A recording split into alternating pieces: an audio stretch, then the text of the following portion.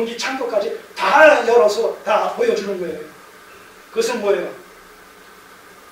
자기의 영광을, 부귀 영화를 한편으로 과시하는 것이죠. 네.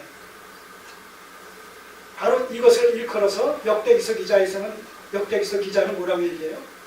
마음이 교만하여 하나님의 은혜를 모르고 반지하게 행동했다는 라고 이것을 정죄를 하고 있는 것이지.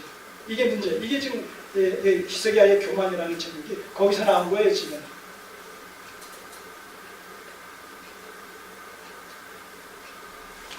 다 사자에게 보였는데 무릇 왕궁의 그 나라 안에 있는 것을 저에게 보이지 아니한 것이 없다. 13절까지. 자기 속을 다 드러내 보여줄 때. 여러분, 우리가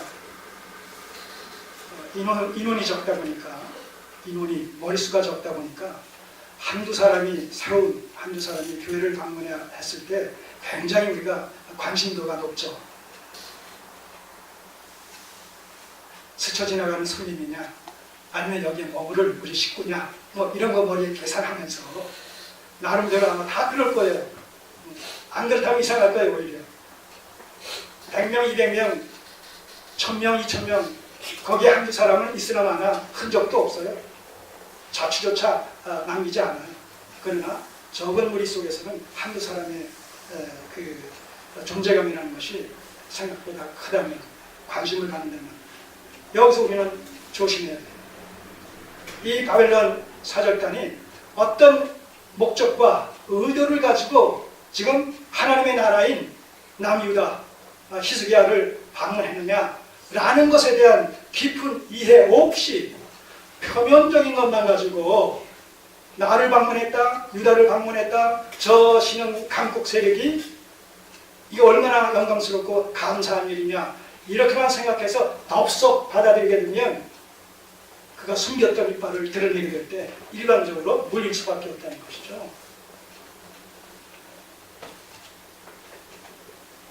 이단들이 가진 수단과 방법을 가리지 않고 이 교회를 좀 공격해오는 이런 그 시대적이고 영적인 상황에서 더더욱 우리는 분별력과 통찰력을 가지고 그들의 어떤 정체성을 먼저 밝히는 일에, 또 확인하는 일에 관심을 가져야 된다는 겁니다.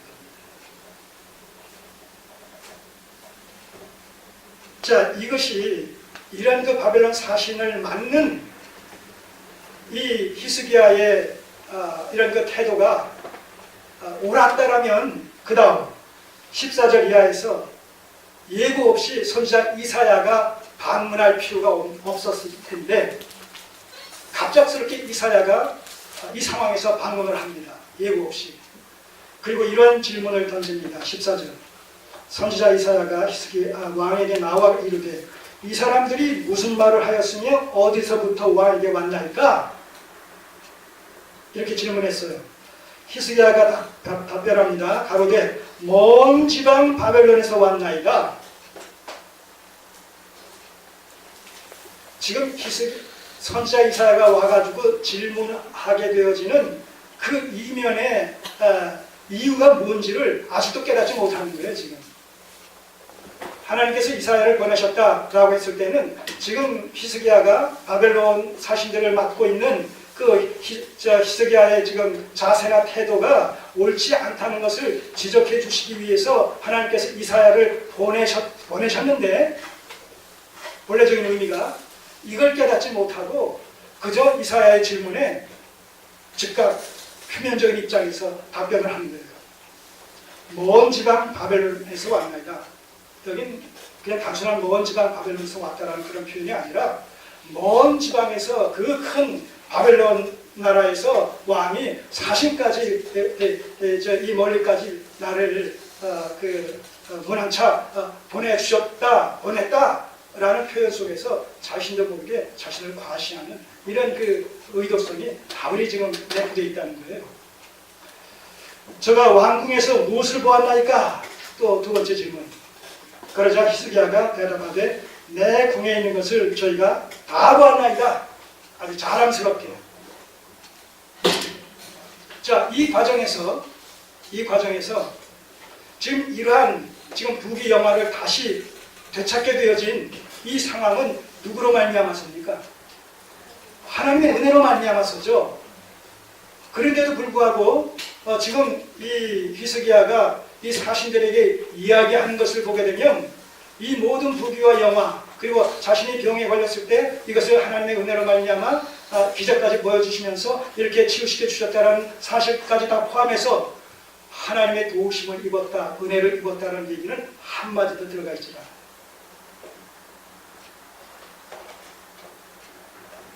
자기 영광을 과시하고 자기 자랑을 지금 늘어놓는 일에 급급했었다. 여러분, 우리가 형통할 때 일이 잘 되어질 때 조심해야 되는 부분이 바로 이런 부분이랍니다. 내 힘과 능으로, 나의 힘과 능으로 모든 일들이 나로 말미암아 내 주변에서 도와주는 사람으로 말미암아 된 것으로 그렇게 착각하기 쉽단 말입니다. 방백들을 의지하지 말며 또 힘이 없는 인생도 의지하지 말지니 호흡이 끊어지면 흙으로 들어가서 당일의 그 도무가 성혈하리보다 시편 146편의 말씀입니다. 우리는 사람들을 의지하지 말아야 되고 그들을 부인하라는 얘기가 아니라 의지하지 말아야 되고 범사의 하나님을 인정해야 되고 모든 감사와 찬양과 영광을 하나님께 돌려 드려야 되는 것이 성도가 행할 마땅한 본분의 도리라고 합니다. 지금까지 잘 해왔던 히스기야가 지금 이런 상황 속에서 아마 가장 극한 부와 영화와 권세와 존귀를 누리던 그런 하나 시점이었다고 생각이 되어져요. 막상 그럴 때 그 모든 은혜를 하나님께 돌리지 못하고 자기 영광으로 갈취했다는 말이죠. 도둑질했다는 거예요. 그렇게 이거 하나님 앞에 큰 죄로 성립되는 것이 아니겠습니까? 자, 그래서 여기까지 잠깐 손을 놓으시고 다시 역대하로 돌아가 보세요. 31절에 보시면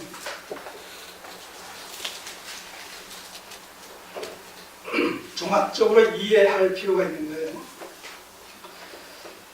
자, 이렇게 부귀영화와 존귀하게 되어진 그런 상황 속에서 바벨론 왕 방백들이 히스기야에게 사자를 보냈다는 거 이제 우리가 살펴봤지 않습니까? 요한기서에서 지금. 그런데 보내어서 그 땅에서 나타난 이적을 물을 때에 요한기서에서는 이적을 물은 것에 대해서는 소개가 되어 있지 않지만 역대기서에서는 그들이 이적에 대해서 물었다라고 지금 여기 소개가 되어 있습니다. 자, 그런 거 보면 해시계가 그 해의 그림자가 10도 뒤로 물러났다라는 것은 바로 이스라엘에서만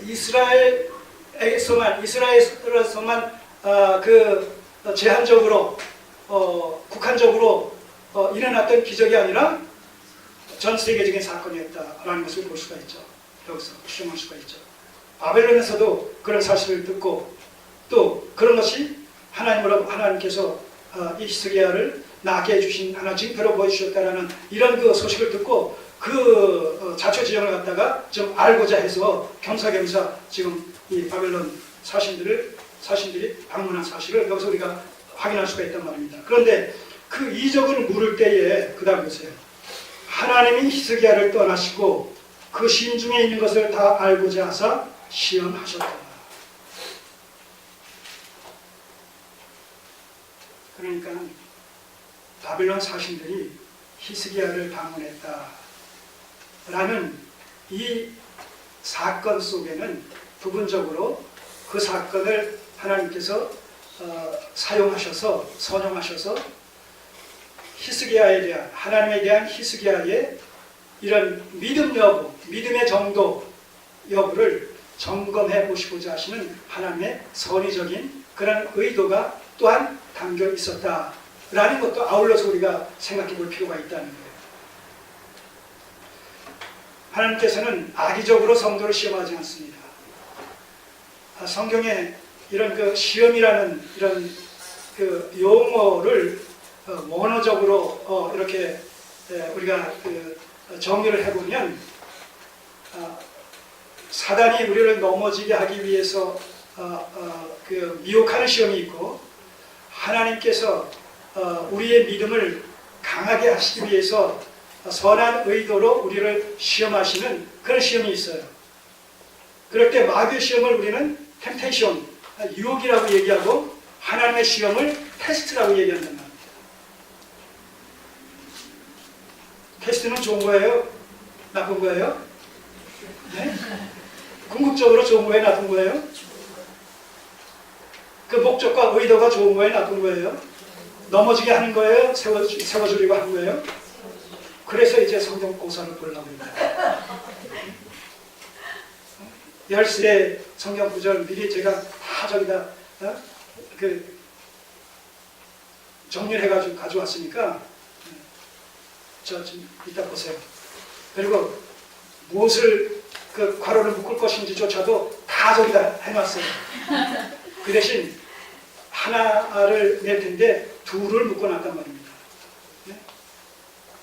정답을 보여드릴 수는 없잖아요.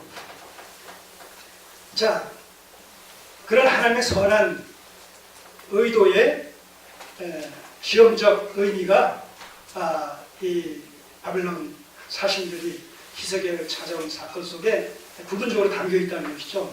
그런데 결과적으로 보게 되면 그 25절을 보시면 히스기야가 마음이 교만하여 그 받은 은혜를 보답하지 아니하므로, 자, 이런 표현을 봤을 때 결국은 뭐예요? 그 하나님께서 선의적으로 그의 믿음의 정도를 확인해 보시고자 했었던 이 시험에 히스기야가 성공했다는 거예요? 실패했다는 거예요? 실패했다는 거예요. 그리고 그것은 아울러서 바벨론 사신들을 환대했던 그 히스기야의 자세와 태도 자체가 하나님 보시기에 옳았다는 거예요? 글렀다는 거예요? 잘못됐다는 그런 결과임을 우리가 이런 표현을 통해서, 이런 지적을 통해서 우리가 전체적으로 정리를 할 수 있다는 겁니다. 그렇기 때문에 계속해서 보시면 히스기야가 그 마음이 교만하여 그 받은 은혜대로 보답지 아니하므로, 받은 은혜대로 보답지 아니했다는 얘기는 하나님의 도우심으로 말미암아 히스기야가 그렇게 부귀와 영화와 그 존귀함을 얻게 되었음에도 불구하고 그 모든 결과를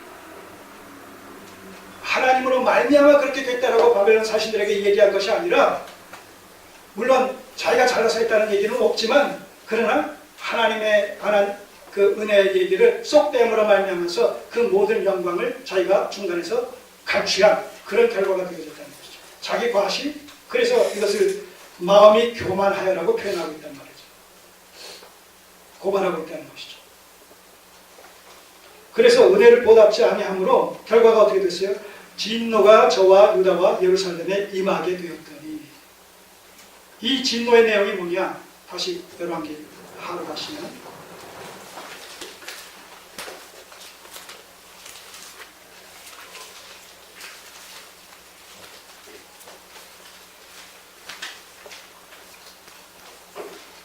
자, 그래서 그 14절, 15절에서 그렇게 그 이사야가